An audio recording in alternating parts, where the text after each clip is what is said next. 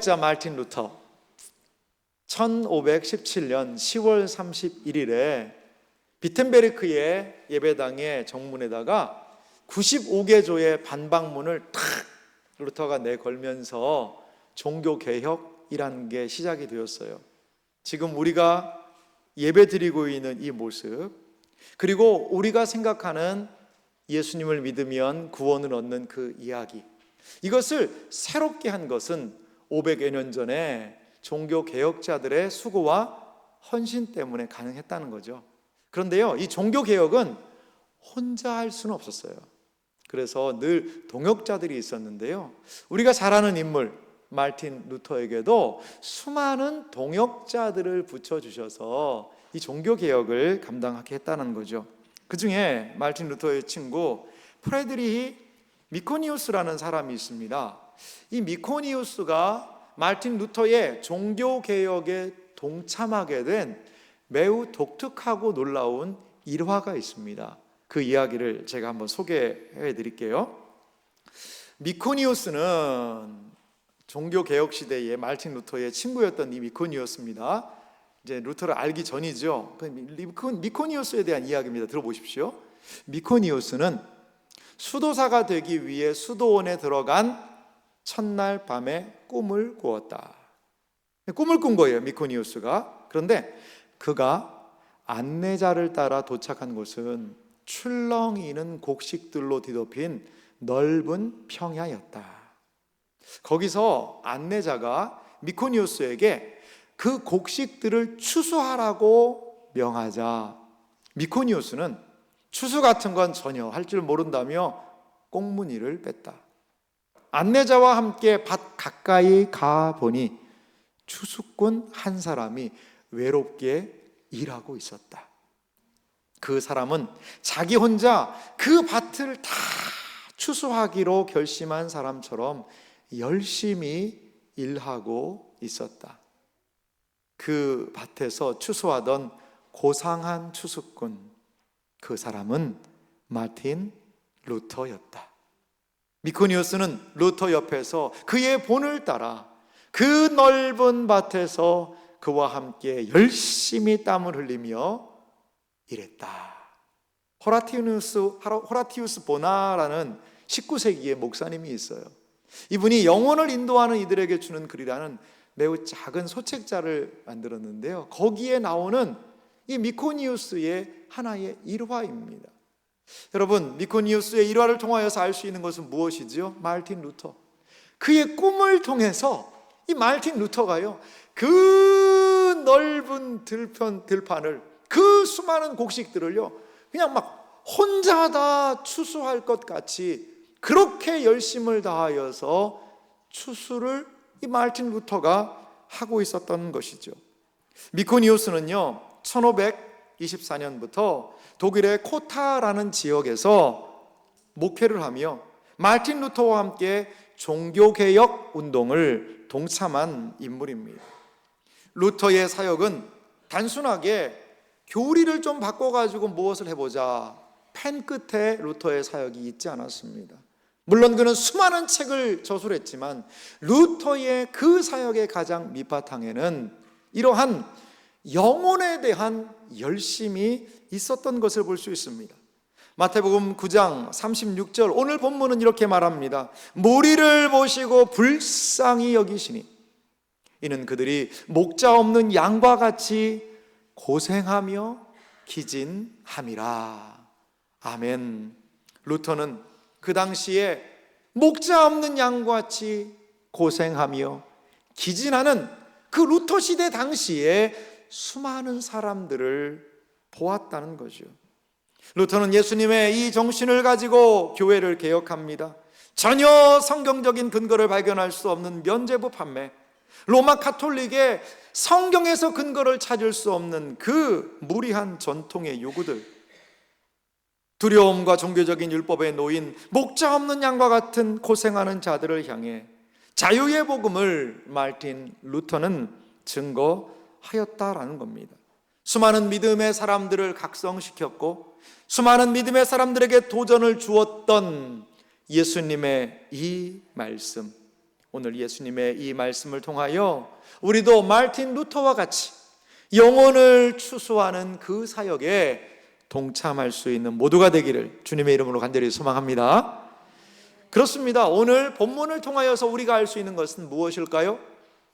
예수님께서 과연 어떻게 영혼을 섬기셨나라는 것을 우리는 알 수 있습니다. 오늘 우리가 읽은 35절 말씀을 보면 이런 말씀이 있어요.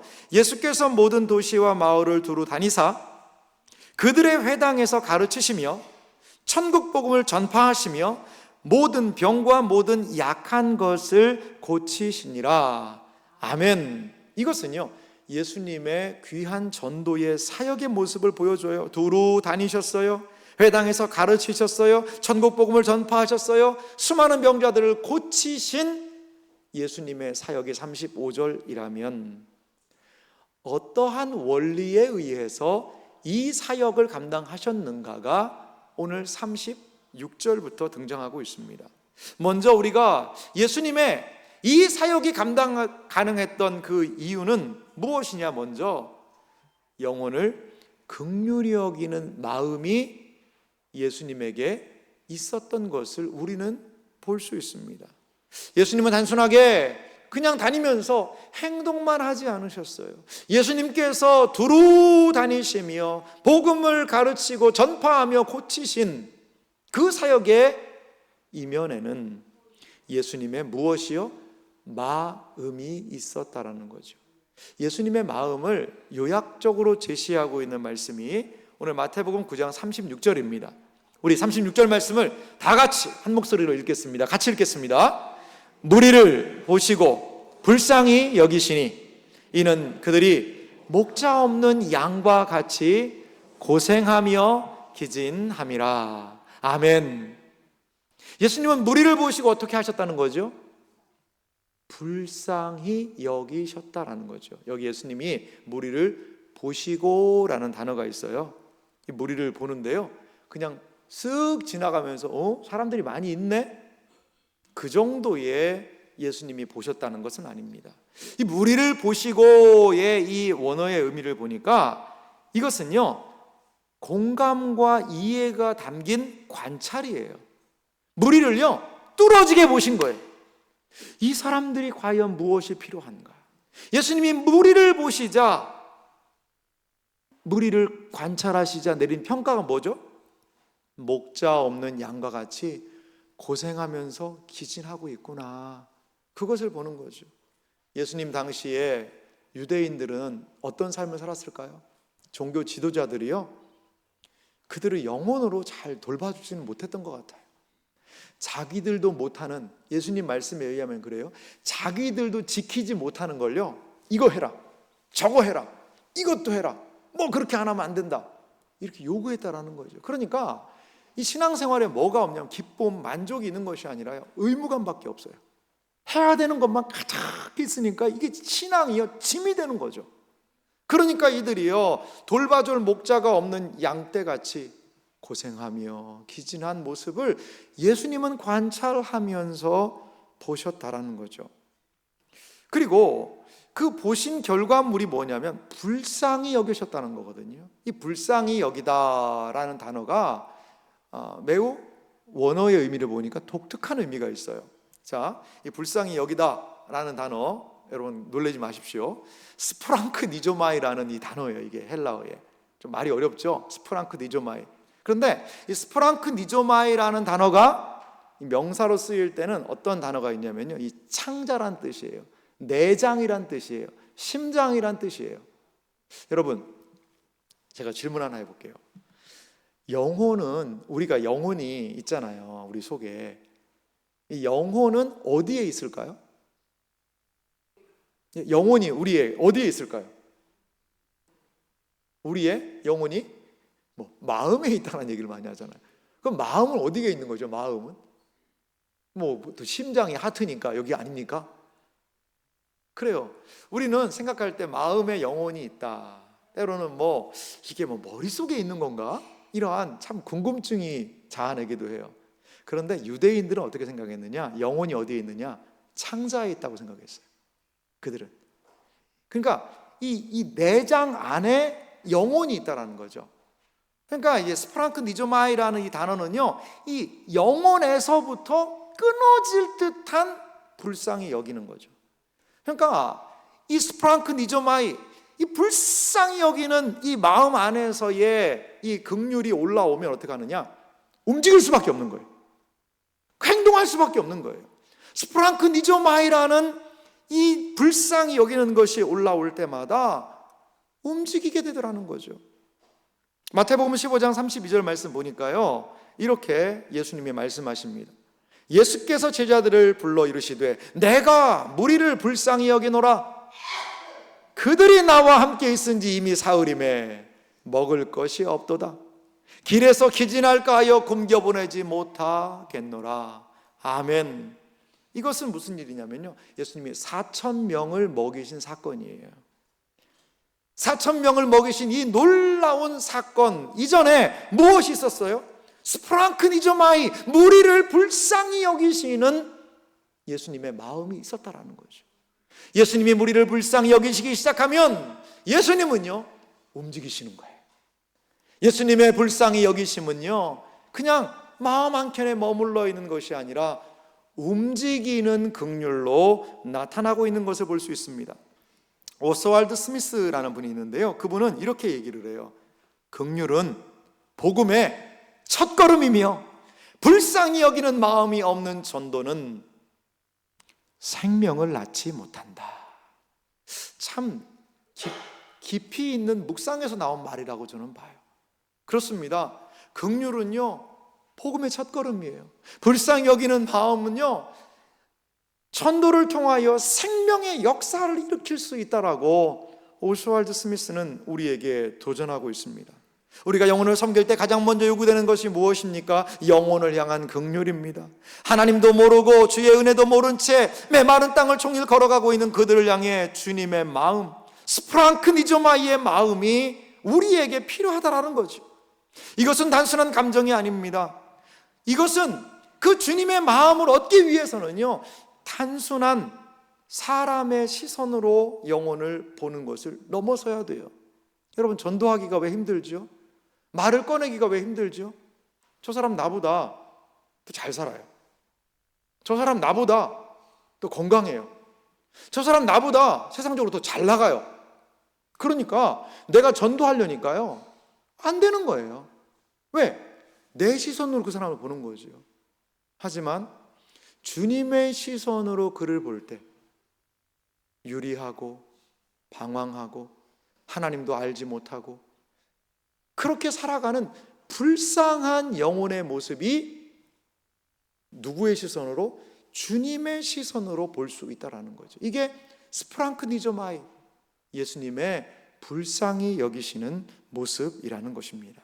사랑하는 성도 여러분, 우리가 어떻게 영혼을 섬길 수 있을까요? 영혼을 주님께로 인도하고 섬기는 그 섬김은 어디에서 시작될까요? 그 섬김의 시작은 바로 우리의 마음에서부터 시작돼요.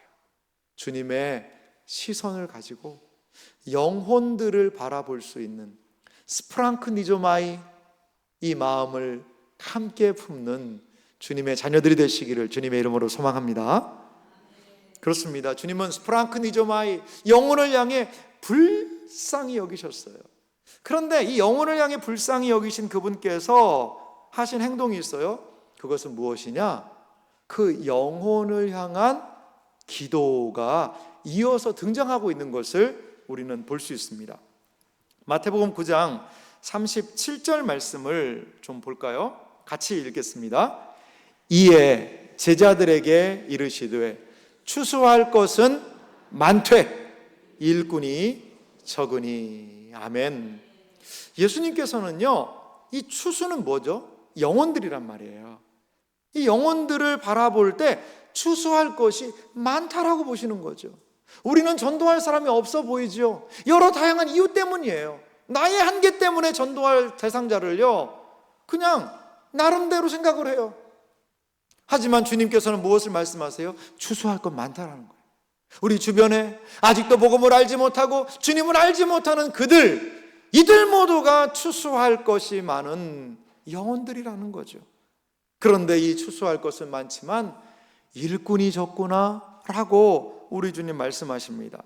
38절은 이어 말합니다. 그러므로 추수하는 주인에게 청하여 추수할 일꾼들을 보내주소서 하라 하시니라. 아멘. 여러분 보십시오. 제자들에게 말씀하시잖아요. 제자들에게. 이것이 무엇이죠? 38절이 그러므로 추수하는 주인, 추수하는 주인은 누굽니까? 하나님이시죠. 하나님께 청하여 추수할 일꾼들을 보내주소서라고 뭐 하라는 겁니까? 기도하라는 것입니다. 주님은 추수하는 주인, 즉 우리의 추수한 일꾼을 보내주시는 그 주님에게 기도하라고 제자들에게 말씀하고 있습니다. 목자 없는 양과 같은 처지의 무리를 보신 예수님은 이제 그들을요 무엇으로 보시냐? 추수할 것이 많은 밭으로 보시는 거예요. 자, 조금 전에는 예수님이 이 무리들을 어떻게 보셨죠? 목자 없는 양과 같구나, 돌봄이 필요한 양으로 보고 계셨어요. 그런데 이제 기도하면서 이들을 무엇으로 보는 거죠? 추수할 곡식들로 이 영혼들을, 사람들을 보는 것을 볼 수 있어요. 그렇습니다. 목자의 돌봄이 필요한 그들이 이제는 주님의 구원 사역의 대상이 된다는 것을 일러주고 계시는 거예요. 시선이 전환된 겁니다. 단순하게 불쌍한 사람이 아닙니다. 그들은 누굽니까? 바로 하나님의 구원의 역사에 동참하고 주님께서 거두어 들이시는 추수의 영혼들이라는 거죠. 보통 추수는요 성경에서 마지막 최후 심판 종말을 의미하기도 합니다. 하지만 오늘 마태복음 9장에서 나타나고 있는 이 추수라는 의미는요 단순한 종말의 추수가 아니에요. 그것은 하나님 나라의 구원 사역을 의미합니다. 이 블룸버그라는 사람이 주석을 썼는데요, 그분이 이렇게 설명을 하고 있더라고요. 제가 읽어드리겠습니다. 추수는 아직 복음을 듣지 못한 사람들을 하나님 나라로 모으는 사역이다. 참 탁월한 이야기 같아요. 그렇습니다. 추수가 무엇이죠? 아직 하나님 나라를 알지 못하고 하나님의 은혜를 알지 못하는 사람들을요 하나님 나라로 모으는 사역이 바로 추수라는 용어입니다. 그렇습니다. 예수님은 이 현실, 추수할 것은 많지만 일꾼이 적은 이 현실에 더 많은 일꾼들이 필요하다고 말씀하시며 제자들에게 더 많은 일꾼들을 보내달라고 기도하라고 요청하고 계세요. 복음 사역의 시작은 전략이 아닙니다. 복음 사역의 시작은 바로 기도입니다. 영혼을 섬기기 원한다면 우리는 먼저 그들을 위해 기도해야 합니다. 영혼을 향한 긍휼의 마음이 우리에게 있다면 기도해야 합니다. 예수님께서 요청하신 기도는 긍휼에서 나온 기도예요. 불쌍히 여기는 마음이 없으면 추수하는 주인을 향해서 기도할 수 없어요. 추수하는 주인은 지금 기도를 요청하기를 원하고 계신다는 거죠. 그리고 그 기도의 요청으로 영혼을 불쌍히 여기는 긍휼의 기도를 가지고 수많은 사람들을 세우고 계신다는 거죠. 사도행전 20장 31절에 보면 사도 바울의 전도 사역을 이렇게 이야기를 합니다. 여기에 배경은 뭐냐면 사도 바울이 밀레도라는 곳에 모여 있었어요. 이제 그는 예루살렘으로 가거든요. 그 예루살렘에 가서요 사도 바울이 죽을 수도 있었어요. 그러니까 어떻게 보면 마지막 고별 만남을 합니다. 밀레도에서 자기가 사역했던 에베소의 장로님들을 청해요. 그리고 그들에게 이야기하는 거죠. 그래서 에베소에서 사도 바울이 어떻게 사역을 했는지를 알 수 있는 것이 바로 사도행전 20장 31절입니다. 같이 읽어봅시다. 그러므로 여러분이 읽게요. 내가 3년이나 밤낮 쉬지 않고 눈물로 각 사람을 훈계하던 것을 기억하라. 아멘. 사도 바울은요 눈물로 각 사람을 훈계했대요. 사도 바울에게는 이 사역의 중심에는 이제 내가 교회 벌써 몇 개 지었냐, 그게 중요한 게 아니에요. 그 영혼들을 바라볼 때 예수님의 스프랑크니조마이, 영혼을 불쌍히 여기는 마음이 있는 거죠. 하나님을 알지 못하고 세상과 벗삼아서 그렇게 살고 있는 그 사람들에 대한 예수님의 그 불쌍히 여기는 마음이 사도 바울에게도 있으니까요, 뭐가 나오는 거죠? 눈물이 나오는 거예요. 아이고, 그렇게 살면 안 되는데, 아이고, 그게 전부가 아닌데, 아이고, 왜 저렇게 살까? 하나님을 알면 저렇게 살지 않을 텐데 라는 영혼을 향한 불쌍히 여기는 마음이 스프랑크니조마이가 사도 바울에게도 있었던 것을 볼 수 있습니다. 사랑하는 성도 여러분, 그렇습니다. 영혼을 향한 기도, 그것은 영혼을 향한 가장 귀한 섬김의 시작이라는 사실을 여러분 믿으시기 바랍니다. 세상은요, 여전히 복음을 기다리는 영혼들로 가득 차 있습니다. 이건 주님의 시각이에요. 교회의 사명이 무엇입니까? 우리의 사명이 무엇입니까? 그것은 추수하는 주인께 기도하는 거예요. 주여, 저 영혼들을 구원하소서. 우리의 VIP들을 놓고 기도하는 거예요. 주여, 이 영혼의 구원의 역사가 임하게 하소서. 이것은 바로 영혼을 향한 긍휼히 여기는 마음이 영혼을 향한 이 애절한 기도로 나아가게 한다는 것을 여러분 믿으시기 바랍니다. 예수님이 보여주신 것이 무엇입니까? 그 무리를 향하여서 목자 없이 흩어지고 유리하는 방황하는 영혼들을 불쌍히 여기셨어요. 그리고 예수님께서는 기도를 통하여서 그 영혼에 대한 긍휼히 여기는 마음을 나타내고 드러내셨던 것을 볼 수 있습니다. 그런데 이제 예수님께서 쓰신 한 단어에 우리는 영혼을 섬기는 일을 생각할 때 집중해야 합니다. 그것은 바로 추수할 일꾼들이라는 말입니다. 어떻게 영혼을 섬깁니까? 누가 영혼을 섬길 수 있습니까? 바로 예수님의 기도에 의하면 추수할 일꾼들이 영혼들을 섬길 수 있다는 겁니다. 마태복음 9장 38절 오늘 본문은 이렇게 말합니다. 그러므로 추수하는 주인에게 청하여 추수할 일꾼들을 보내주소서 하라 하시니라. 아멘. 여러분, 이 말씀을 자세히 살펴보시기 바랍니다. 자, 누가 추수를 하죠? 일꾼이 추수를 합니다. 이게 추수라는 말이 어려우면 전도라고도 바꿀 수 있어요. 전도하는 주인에게 청하여 전도할 일꾼들을 보내주셔서 하라. 이게 예수님이 알려주신 기도거든요. 그런데요, 전도는 누가 하죠? 일꾼들이 하죠. 전도는요, 우리가 하는 거예요. 그런데 오늘 예수님이 알려주신 놀라운 얘기가 있어요. 그거는 전도하는 진짜 주인이 있다는 거예요. 내가 전도하고 나의 알고 있는 것으로, 내 물질로, 내 언변으로 전도한다라고 생각을 해요. 하지만 전도는요, 누가 하는 거예요? 추수하는 주인, 우리 아버지가 하시는 거예요. 아버지께서 주권을 가지고 여기 추수하는 일꾼을 보내소서. 이 보내다는 것에 보니까 이 원어가 강력한 의미가 있어요. 세상 속으로 밀어낸다는 뜻이 있어요. 보내다는 뜻이. 그러니까 우리 하나님께서요, 지금도 추수할 일꾼들을, 복음을 전하는 일꾼들을요, 강력하게 세상으로 밀어내고 계시다는 거죠. 밀어내고 계시다는 거죠. 자, 한 주석가가요, 이 부분을 이렇게 정리하더라고요. 추수의 주인은 하나님이시며 전도는 전적으로 그분의 통제 아래에 있다. 제자들의 사역은 하나님의 일에 동참하는 것이다. 프렌즈라는 이 주석가가요, 이렇게 참 너무나 멋진 말을 남겨놨더라고요. 맞습니다. 여러분, 전도는 하나님의 일임을 믿으시기 바랍니다. 전도는 전적으로 주님의 통제 아래에 있음을 믿으시기 바랍니다. 우리는요, 어떻게 해요? 우리의 전도 사역을 통하여서 하나님의 하시는 일에 우리가 동참하는 거예요. 주님의 손이 되고 주님의 발이 되고 주님의 입이 되어서 주님의 놀라운 은혜를 전달하는 것이 우리의 사명이라는 것입니다. 사랑하는 이 자리에 계신 여러분, 전도 어렵죠? 말을 떼기가 힘들죠. 어렵다라고 생각해요. 하지만 기억하세요. 추수하는 주인님이 그 전도를 벌써 계획하고 계신 거예요. 우리는 순종함으로 그 주인님의 전도 사역에 동참하는 것이라는 거죠. 여기서 우리가 하나 살펴볼 게 있어요. 예수님은요, 누구에게 기도를 요청하셨다고 그랬죠? 제자들에게 기도를 요청하셨어요. 37절 말씀 다시 보겠습니다.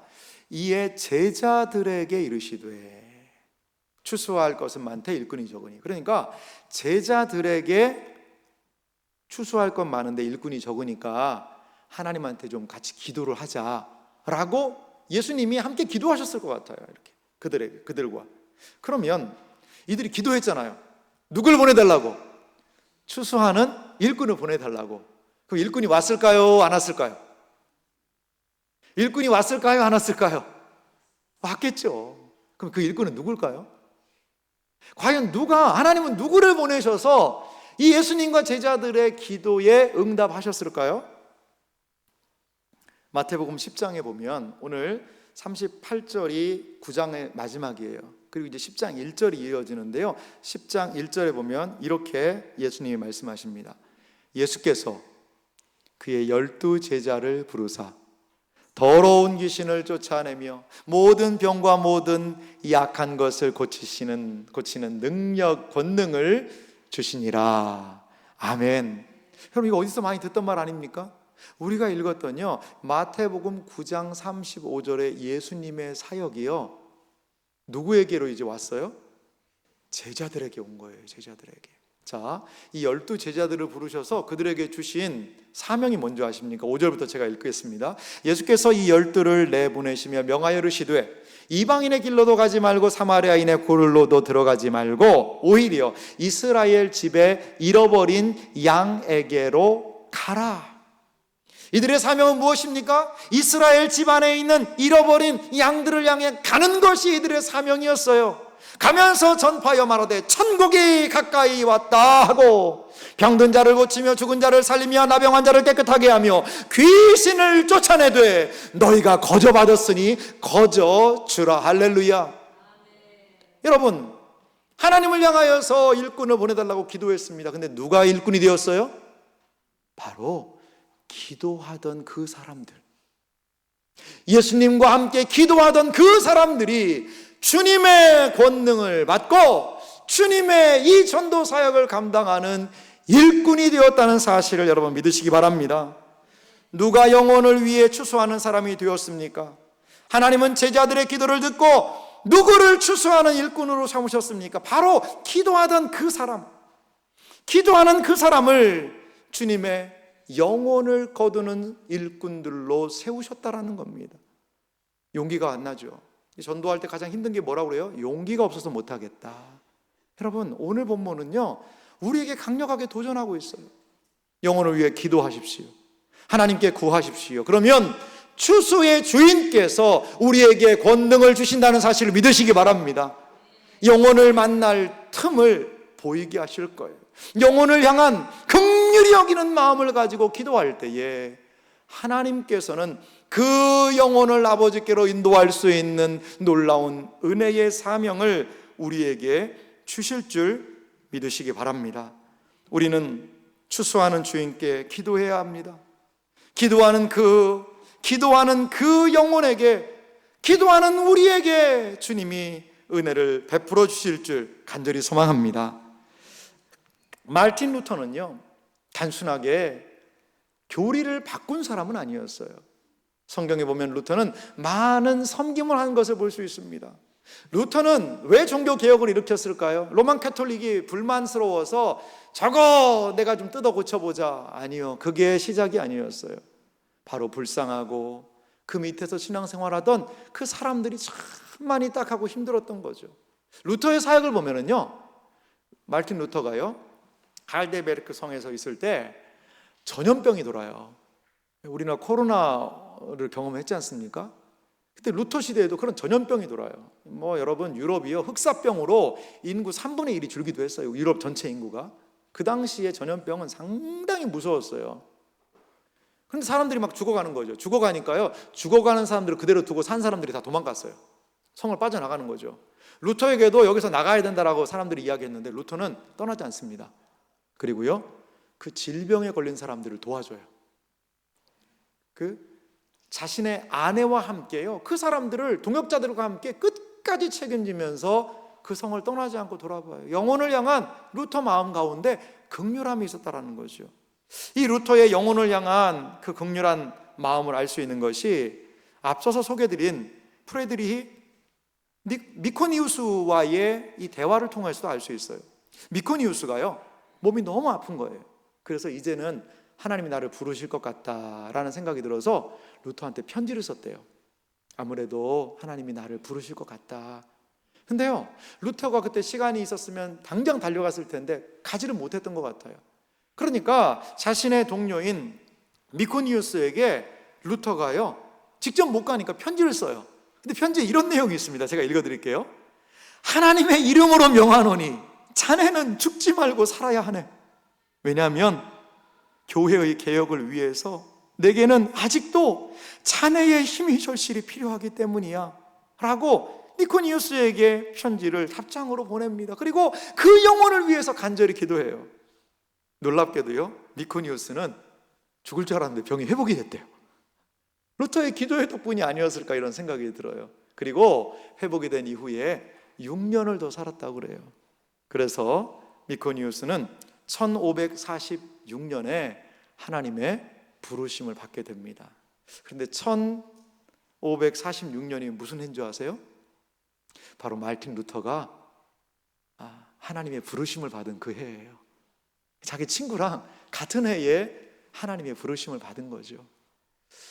사랑하는 성도 여러분, 종교개혁자 마르틴 루터는 영혼을 향한 플랑크틴 니조마이, 그 긍휼히 여기는 마음을 가진 사람이었다라는 거죠. 전도는 뭐죠, 여러분? 전도는 어떻게든지 한 사람을 하는 것이 아니라 영혼을 향한 긍휼히 여기는 마음이에요. 여러분, 이 마음을 어떻게 얻을 수 있을까요? 우리의 시선 가지고는 안 됩니다. 아버지 하나님의 시선이 우리에게 있을 때 영혼을 향한 이 긍휼히 여기는 마음은 우리에게도, 하나님의 자녀인 우리에게도 부어질 줄 믿으시기 바랍니다. 시편 145편 8절과 9절 말씀은 하나님의 사람 다윗을 통하여 영혼을 긍휼히 여기시는 아버지 하나님의 마음을 이렇게 우리에게 소개하고 있습니다. 우리 다 같이 두 절 성경 말씀을 읽어볼까요? 함께 읽습니다. 여호와는 은혜로우시며 긍휼이 많으시며 노하기를 더디하시며 인자하심이 크시도다. 여호와께서는 모든 것을 선대하시며 그 지으신 모든 것에 긍휼을 베푸시는도다. 할렐루야. 사랑하는 성도 여러분, 그렇습니다. 우리 하나님 어떤 분이십니까? 은혜로우시며 긍휼이 많으시며 노하기를 더디하시는 아버지 하나님, 인자 헤세드의 사랑이 크신 그 하나님, 모든 것을 선대하시고 그 지으신 모든 것에 긍휼, 자비, 이 놀라운 은혜를 베푸시는 아버지 하나님, 그 하나님을 드러내는 것이 전도사역 아닐까요? 영혼을 향하여 예수님이 품으셨던 그 긍휼, 스프랑크 니조마이의 그 영혼을 향한 긍휼하심의 그 놀라운 은혜, 이것이 우리에게도 있기를 간절히 소망합니다. 사랑하는 성도 여러분, 우리는 주님의 마음으로 영혼 앞에 서야 할 줄 믿습니다. 먼저 영혼을 불쌍히 여기는 긍휼의 사랑의 마음, 그 영혼을 향한 간절한 기도, 기도의 응답으로 세상에 파송되는 일꾼들, 이것을 세우시는 것이 예수님의 이 마음 안에 있었다라는 것을 우리는 기억해야 합니다. 영혼을 섬기는 것은 예수님의 마음을 품는 것입니다. 무릎으로 기도하고 섬기는 것이지요, 발로 나아가는 일입니다. 우리에게 주어진 행복 나눔 축제, 이것을 통해서 우리도 예수님의 눈으로 영혼을 바라보고 주님의 마음을 가지고 영혼을 품으며 예수님의 기도로 세상에 나아가는 복된 주님의 일꾼들이 되시기를 주님의 이름으로 축원합니다. 같이 기도하도록 합시다.